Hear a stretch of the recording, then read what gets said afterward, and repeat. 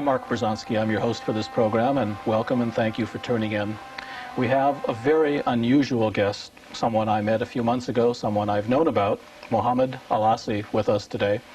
And we're going to discuss very openly and very candidly, not pulling our punches, the realities of the situation in today's Middle East and the realities as they are reflected in Washington about today's Middle East. Mohamed, thank you very much for coming. I enjoyed our first encounter when we were part of a panel discussion, but today we get to talk one-on-one. And as you know, I found your comments about the Washington scene as well as the Middle East extremely illuminating. I'd like to ask you just to tell our viewers something about yourself, your background, how long you've been in Washington, what you've been doing, your connection to the mosque here, and don't be humble. Let us have it. Okay, I have a little mixed background in the sense that second-generation American, parents originally from that general area called the Holy Land, whatever the nation-state designation of it is, and it happens to be, in my case, Lebanon and Syria. I went to college and high school in Lebanon before the days of what had become the Civil War there. Then I went, of course, came back here to the United States, went to college here, and subsequently became the elected Imam of the Islamic Center in Washington, D.C. Okay, you were the first and only elected Imam. That is absolutely correct. And this is in the early 80s. The election took place the last Friday of November 1981. But I think you've skipped, as I recall your history, we've only spoken a few times, you were also in the American military. That's right, I was in the Air Force. I did my 4 years, and I got stationed at Andrews Air Force Base, and that's how I more or less settled into this area. Mm-hmm. And now what did you do in those 4 years? Well, I was in a medic in the at Andrews Air Force Base. Anyways, to make these things, skipping a lot of these details, when I got elected to become the Imam or the Director of the Islamic Center, Washington, D.C. For those who don't know, this is a very prominent structure building on Embassy Row on Massachusetts Avenue. We're one of the few cities, it must have been one of the first mosques in the United States. In the last 10, 15 years, more have been built. Well, this, you can say it was one of the first mosques to be built here. It wasn't the first. I think the first was out in Iowa somewhere. Mm-hmm. But this one was the most monumental mosque in the United States. It was inaugurated by President Eisenhower in 1957. They began building it, though, in the early 50s. And anyways, the practice in that mosque up until those elections was that a group of ambassadors would sit together and then they would choose who the director of the center is, and that practice was in effect until our elections. And when we decided, the concerned Muslims in this area, the Muslims who go and congregate there, decided to have elections, of course, that irritated first and foremost the Saudi ambassador at the time. There was weak opposition from the other ambassadors. There's a committee of 7 ambassadors that are elected on a 2-year basis. So what basically happened was the congregants themselves, the people coming to the mosque, said, why should we have the ambassador choosing our leader when we can choose our leader ourselves? Exactly. Pretty reasonable, especially here in America. It seems like it's the American way. And when you mentioned the Saudi ambassador, that was already Ambassador Bandar, or was it Al-Hajlan at the time? At that time, it was Al-Hajlan. Mm-hmm. This was about a year before Bandar became ambassador. So their embassy was still on 18th Street. Al-Hajlan and his wife was still fairly low-key and unpretentious. That's right. That's all changed in the last few years, and we'll be talking about His Excellency Ambassador Bandar later in this program. You can't wait, I see. So we had these elections, and the elected body of Muslims, the new administration was there in the center for about a year and a half.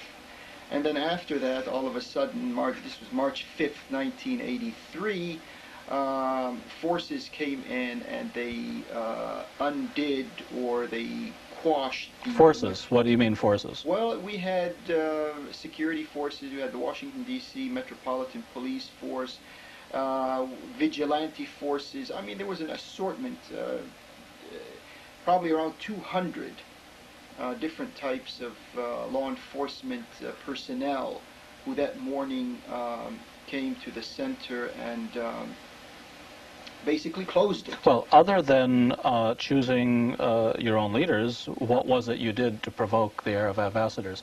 This is '83, so it's just a year after the trauma of the Israeli invasion of Lebanon in '82.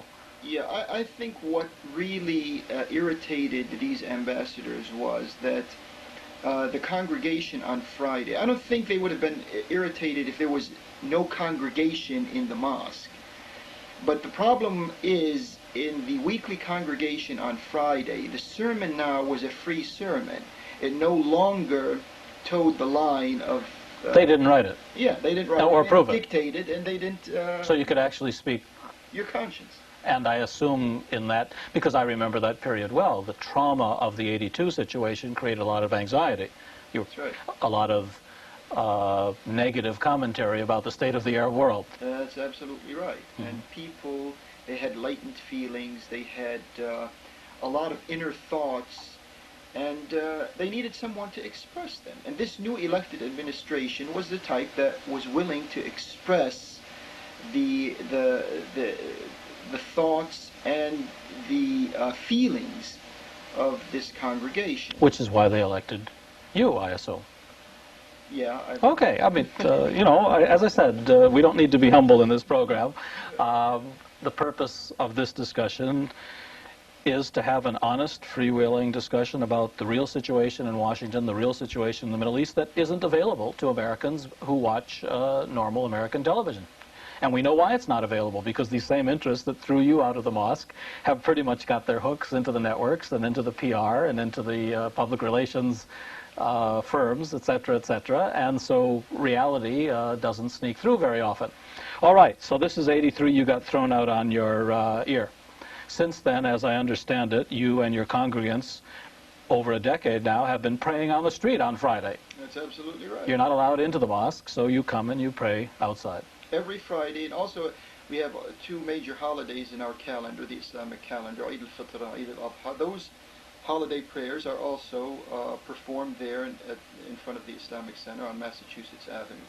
And as you may know, there are snowy days in Washington, D.C., and there's sizzling days in the summer, and it doesn't matter. We're there, and we're praying, and we've been denied access to our mosque, our temple where we pray. And imagine, this is taking place in a democratic country where elections are supposed to be highly prized. Well, let's not get into that. Last night they were commenting that the Republican convention, and same is true for the Democratic, were choreographed very much similar to how the Communist Party used to choreograph its conferences. But that is too amorphous a subject. Let's talk about the Arab world and about Washington. You have been in Washington now for 15, 20 years? I've been in Washington for 22 years. All right. You've observed and participated in Arab American affairs. You know all the players, from the ambassadors to the PR groups to the lobbying organizations. Also, you retain a very close connection to the Arab world from which you come. Let's start with the state of the Arab world. We've talked about it before. I don't want to lead you too far. I want you to speak up about it. But basically, it's a series of client regimes in sort of an unholy relationship with the United States and Israel. And from one country after another, destruction or police states or things of that kind seem to be rolling through the region. With that much provocation, what's your view of the state of today's Arab world? Well, the Arab world, we have to take a look at two segments of the Arab world.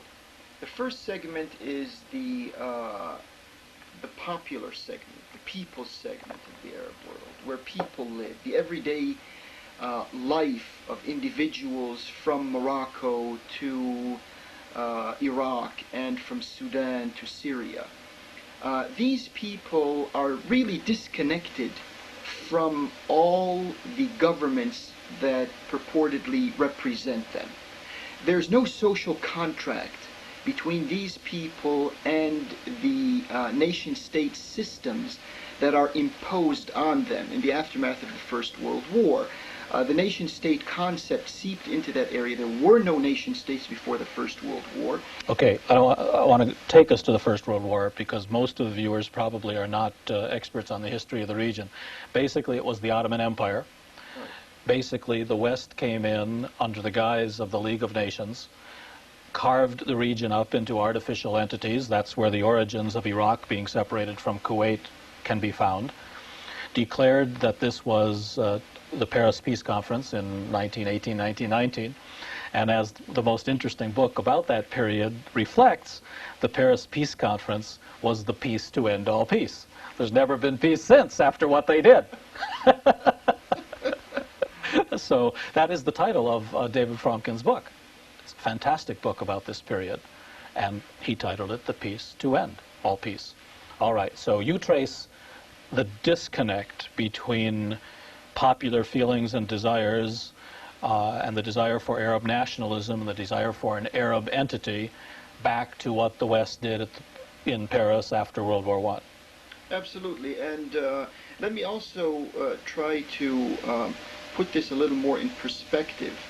The leading powers that emerged triumphant in a Europe that defeated the Habsburgs and the Ottomans and the rest, these powers believed very, because of their own circumstances and their own type of history, talking about Europe now, they believed very sincerely in their nation-state concept, and they thought that this would be the most workable concept on the political and ideological level for the rest of the world. So they seeped out, the British, the French, they seeped out of their European context, and they went into the Middle East.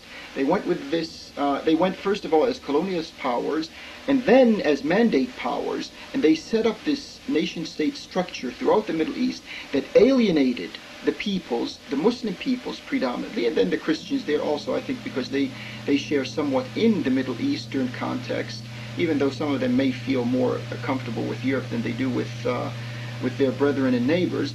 But nevertheless, this new structure was imposed politically and in an administrative sense on the whole area of the Middle East. And this was done, from my perspective, as a harbinger for setting up the State of Israel, because the State of Israel also is a nation-state concept. Well, I was going to say the origins of the political Zionist movement are in this period as well.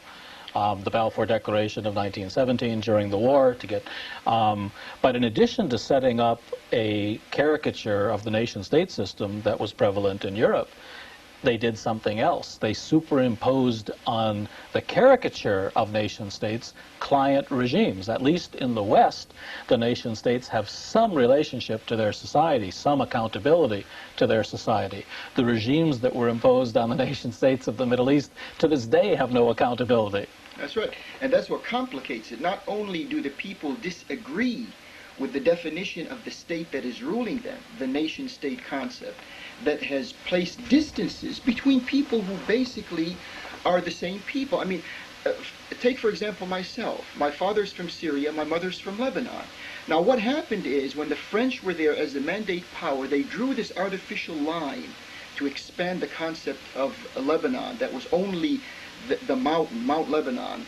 That was a small territorial area, and they had to give it something, expand it so it make it a functional nation state. So they sliced part of Syria off, and they drew this line. Now, what happened in my particular case, and I'm sure in many other cases, on the eastern side of this line is my father's town. On the western side of this line is my mother's town. But if you didn't know anything about politics and the nation-state setup in the Middle East, if you were illiterate and you were dropped in that area, or if you lived there like my grandfather and grandfathers, they'd say, we're the same people. Fair enough. And the same, of course, was done. The Jordan River became the boundary between Transjordan and Palestine, even though the whole area was one contiguous area, as it was with Syria. All right. Most Americans, of course, don't realize that the origins of today's conflicts and tensions go back at least to this period, and that in the Middle East, 100 years is the flick of a moment. I mean, I walk around in Jerusalem. There's a friend of mine, a Palestinian friend, who has a home in the Old City, and it's not far from where the Little Wailing Wall is. And he jokes when we go by that these stones are only 500 years old, these stones that we're walking by on his way to his house. For people in this country, 500 years predates our entire civilization. So 100 years in the Middle East is the flick of a moment, even though when we sit here talking about it, 1918 seems a long time away. No question about it. I think you're absolutely right. But I asked you about today's Middle East, and history is terribly interesting, but people are gripped by the dynamics of the world in which they're living today. So when you view today's Middle East, what do you see? I see that these rulers who have alienated themselves from their own peoples and who owe their allegiance to the power centers in Europe and in Washington, these rulers now are setting themselves up for a backlash that has been in the making. That's why I stepped back a little into the past. We have been witnessing, those of us who live this reality, whether we live it practically or mentally or observingly or researching it or whatever, we are witnessing right now the beginning of this backlash that is picking up its momentum against these rulers. Now, specifics of this would be the revolution in Algeria, the attempt to elect an Islamic government, and then it was quelled by the military and the West. That's right. The tensions in Lebanon, what's happening in Turkey, the first non-secular government since the Ottoman breakup in Turkey. Well, it's still secular, except it's being desecularized. Right now in Turkey, we're witnessing the first chapter of desecularizing Turkey. All right, the Muslim Brotherhood, the tension in Egypt, the whole region is boiling. The bombs in Saudi Arabia. The interesting thing about the Americans went to Saudi Arabia under the guise of protecting it from another Arab power, but in reality the greater threats to Saudi Arabia today are the internal opposition that has arisen partly because of the Americans being there in the first place. That's right. And what is most interesting about all of this is notice the Western press, Washington Post, New York Times, Wall Street Journal, etc., or the magazines or journals that are supposed to be scholarly, etc. None of these have, or even in the Hebrew press. Now, the Hebrew state is in the middle of all of this. They're supposed to enjoy more freedom, at least in comparison. There's more freedom when it comes to Jewish editors, Jewish writers, and Jewish correspondents of the Israeli nation state. But what is their position vis-a-vis the developments in Algeria or in Egypt, these developments that are going to impact them sooner or later? I haven't heard, and I may stand to be corrected, but up until now, I haven't heard a free Jewish Israeli voice that supports a democratic process in Egypt, or a democratic process in Algeria, or a democratic process in Turkey. You won't hear those voices because the Israeli establishment creates a situation where they exist, but they are not able to speak up and project themselves. But it's not much different. Here I am. I've got 3 advanced degrees, been to the Middle East 150 times, used to represent the World Jewish Congress, have a fairly extensive portfolio of articles and publications. I'm asked to appear on Canadian and BBC and other TVs, but rarely asked to appear on American TV. It's Jim Zogby and Prince Bandar and Khalil Jashan at NAAA. Those are the people who are asked to speak on behalf of Arab Americans, and they say about the same thing that Bill Clinton and the Israeli lobby say. You're not asked to appear. That's why we have this program. I'm Mark Brzezinski. I'm your host for this program, and the program is Mideast Realities. We're on public access TV channels for the reasons that I'm discussing today with Mohamed Alassi. a gentleman I have known of for some years, but only met a few months ago. And it's true in the Middle East, it's true in Washington. Sometimes it seems like there's almost a perfect correlation between the more someone is an expert and independent and outspoken, the less likely that person is to appear on national media, be it print or TV. And let's not pull our punches, let's name the names. Judith Kipper, consultant for ABC. Fuad Ajami, projected as an Arab American spokesman on CBS, but I don't know any Arab American, even the Quisling groups, even the controlled groups wouldn't invite Fuad Ajami to anything. I don't think he's been in an Arab American function for 20 years. So let's talk about Washington and the scene here. The average American hears that there is an Israeli lobby, Jewish organizations, and there's an Arab lobby, Arab organizations. There's the ADC, the NAAA, the Arab American Institute of Zogby. Tell us about these groups and what they represent to you and to the people that you think are more authentic spokesmen. Well, all of these that you alluded to, these lobbying groups and these types of organizations, especially since the late 70s and early 80s, that is a watershed in Middle Eastern history, there and here. Simply because in 1979, for the first time, we witnessed a revolution take place in the Middle East. I'm talking about the Islamic Revolution in Iran. Now, really right now is not the time to go into the details of that revolution, but I want to allude to it because it had its impact on the rest of the active and conscientious Muslims there and here. And it seemed like at the time there was a potential of Muslims, whether they are Arabs or non-Arabs, and we have plenty of them here in the United States of both sides.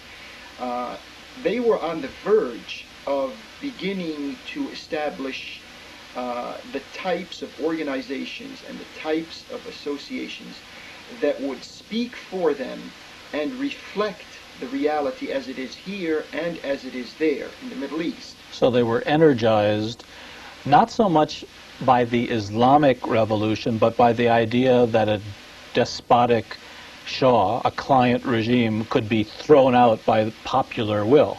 Yeah, well, I would say by both. First of all, there was and has been since then an Islamic conscience that has been fermenting in the Middle East. When the Islamic Revolution in Iran took place, it gave a boost, like you said, your word was very accurate. It energized this whole context. And that was bound to have its echo here in the United States among the different Muslims who are here. Would it be correct to say Islamic energization combined with Arab nationalist energization? I just coined a word here. But in addition to the fact that it has religious origins, doesn't it also have nationalist origins? Let's get rid of these regimes that don't represent us, that are controlled by the CIA and by Washington. Let's have our own elected officials, just like the decision to elect an imam at your mosque. Well, as far as I can't speak for Arab nationalists, but as far as those who believe in Arab nationalism as an ideology, I think reading their moves, no, that would not be the case, because Arab nationalists had governments in the Middle East that in one sense or the other